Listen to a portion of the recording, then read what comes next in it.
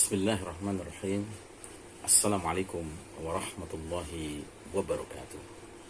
Alhamdulillahirabbil alamin. Wassalatu wassalamu ala asyrafil anbiya'i wal mursalin sayyidina Muhammadin wa ala alihi wa sahbihi ajma'in.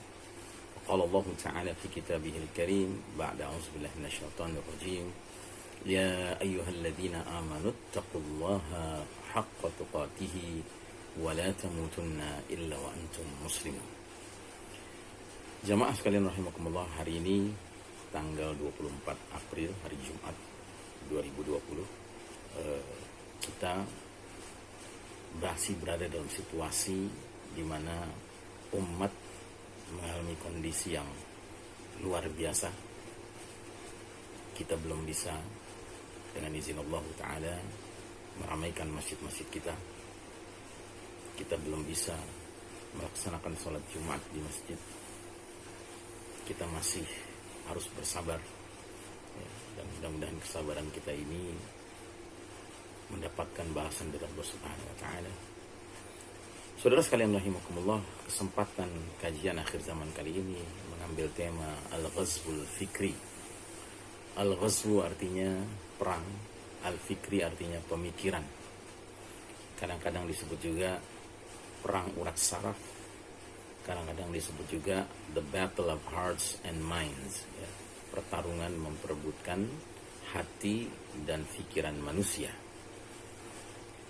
Perang pemikiran atau Ghazwul Fikri merupakan bentuk perang yang lebih banyak diperankan sekarang ini oleh pihak Al-Kuffar terhadap kaum muslimin, terutama semenjak Allah Ta'ala mengizinkan mereka yang memimpin dunia ini, dan Allah Ta'ala melepas giliran kepemimpinan umat Islam atas dunia ini. Umat Islam harus bersabar, berada di tepi, di pinggir, ya, terpinggirkan. Nah, di antara ayat-ayat yang menggambarkan, ya, semangat Ghazwul Fikri yang dilakukan oleh musuh-musuh Islam kepada umat Islam adalah, pertama, surah Fussilat ayat 26. Allah Ta'ala berfirman dalam ayat itu, wa qala alladhina kafaru la tasma'u li hadzal qur'an walghaw fihi la'allakum taghlibun. Artinya, berkatalah orang-orang kafir, janganlah kalian simak dengan sungguh-sungguh akan Al-Quran ini, dan buatlah hiruk pikuk di sekitar Al-Quran agar kalian dapat mengalahkan mereka. Mereka itu siapa? Ya Ahlul Quran, umat Islam, kaum beriman.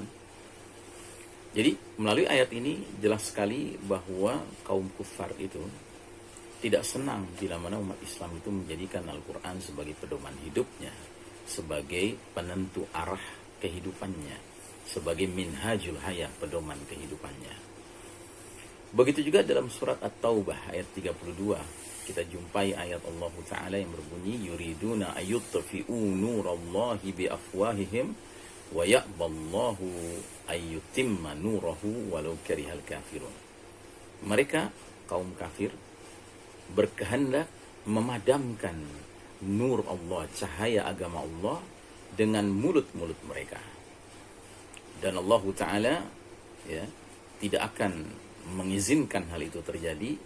Bahkan Allah Ta'ala akan menyempurnakan cahaya agamanya sekalipun kaum kafir tidak menyukainya. Jadi kalau di sini bahasanya biafwahihim, dengan mulut-mulut mereka.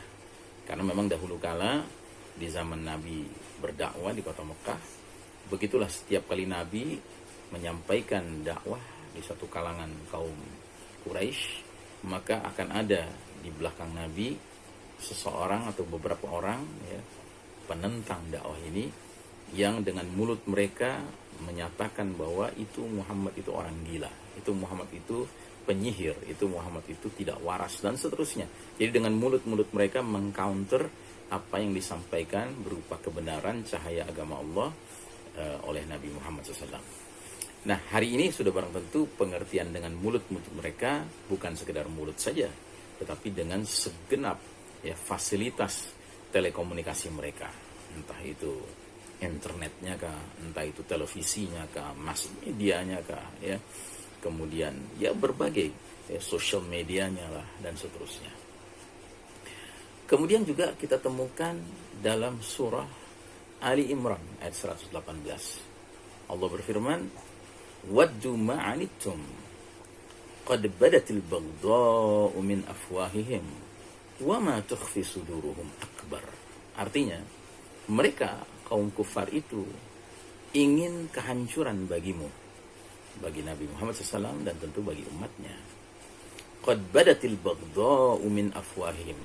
Sungguh telah nyata kebencian itu keluar dari mulut-mulut mereka, dari mass media mereka, dari alat-alat propaganda mereka. Wa ma tukhfi suduruhum akbar. Sedangkan yang tersembunyi di hati mereka lebih dahsyat lagi. Ya, kebenciannya, ketidaksukaannya. Begitu.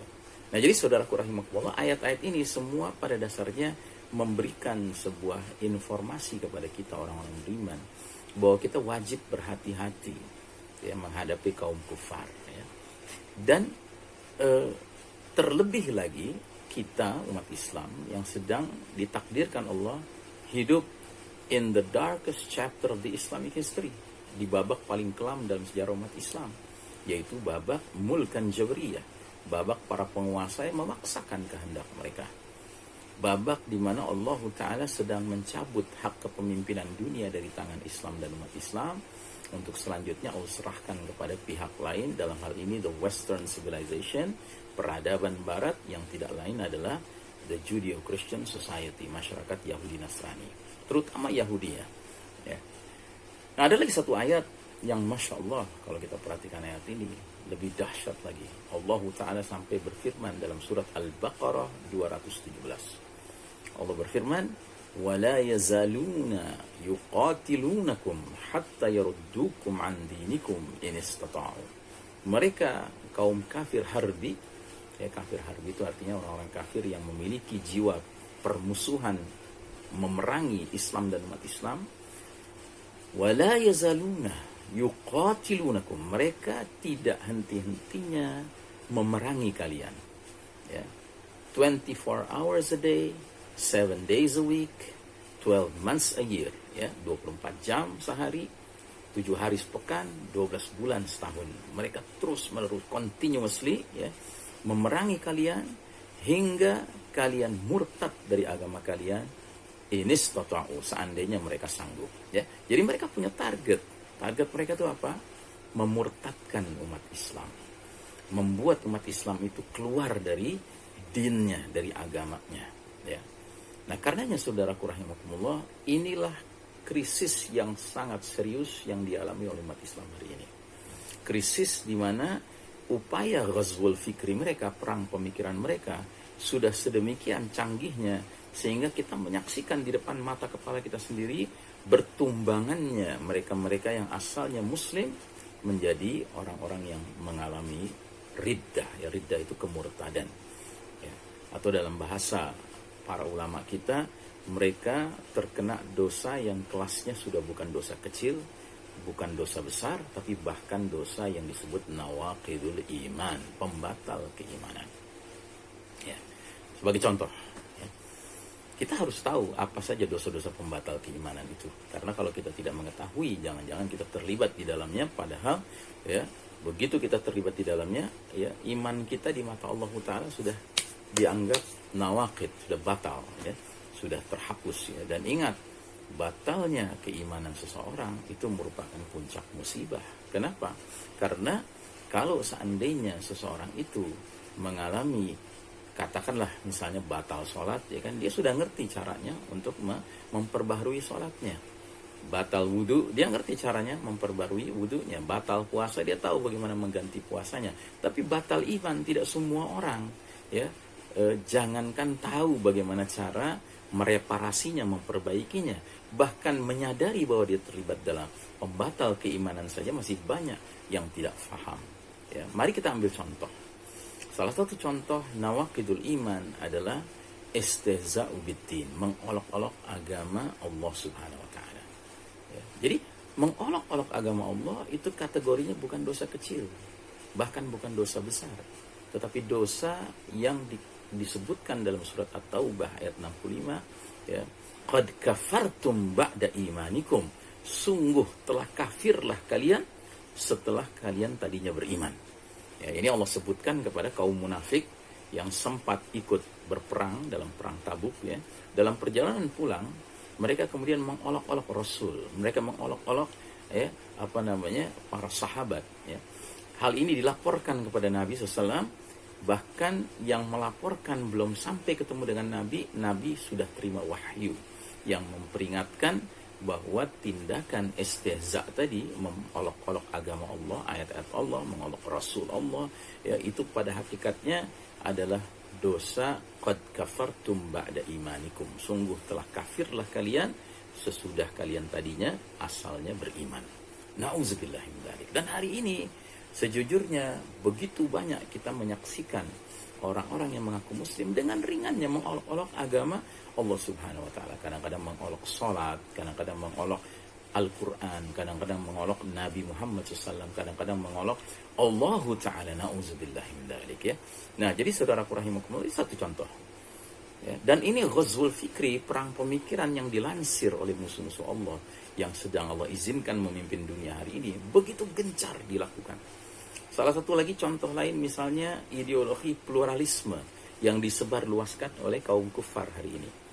Pluralisme ini adalah sebuah ideologi yang pada ujungnya membuat seorang muslim ketika sudah menelan ideologi ini, menerimanya, dia akan dengan ringannya mengatakan semua agama sama, semua agama baik, semua agama benar.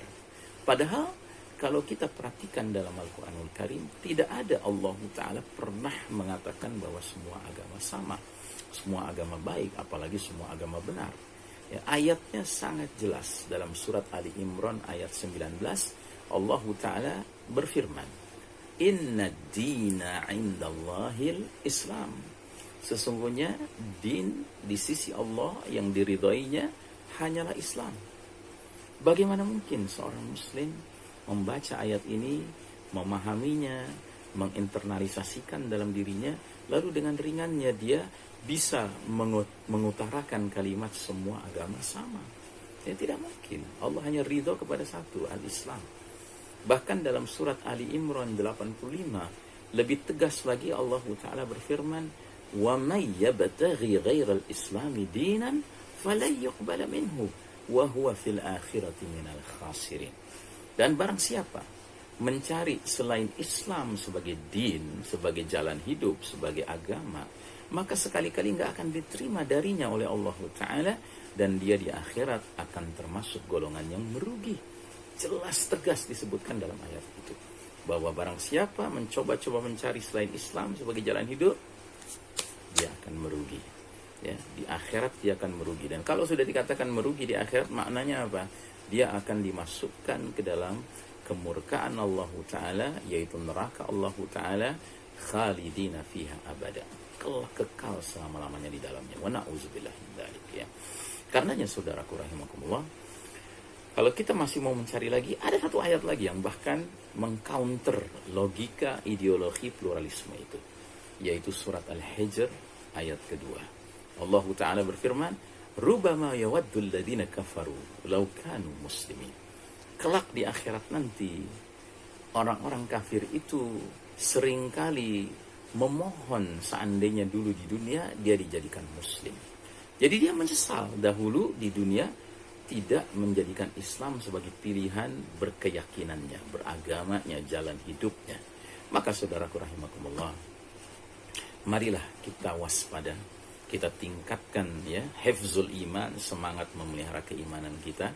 Karena apa? Karena kita hari ini bukan saja diserang oleh musuh-musuh Allah melalui al-ghazwul askari, perang militer, fisik, tetapi yang lebih mengkhawatirkan lagi adalah al-ghazwul fikri, perang pemikiran. Dan ghazwul fikri ini kadangkala bentuk serangannya ketika peluru-pelurunya, ya, menghantam seorang muslim, dia bukan teriak-teriak kesakitan, dia bahkan mengatakan, aduh tambah lagi dong, tambah lagi, seolah-olah dia sedang menikmatinya. Demikianlah, mudah-mudahan ada manfaatnya. Wassallallahu ala nabiyyina Muhammadin wa ala alihi wa sahbihi wasallim tasliman. Walhamdulillahirabbil alamin. Wassalamualaikum warahmatullahi wabarakatuh.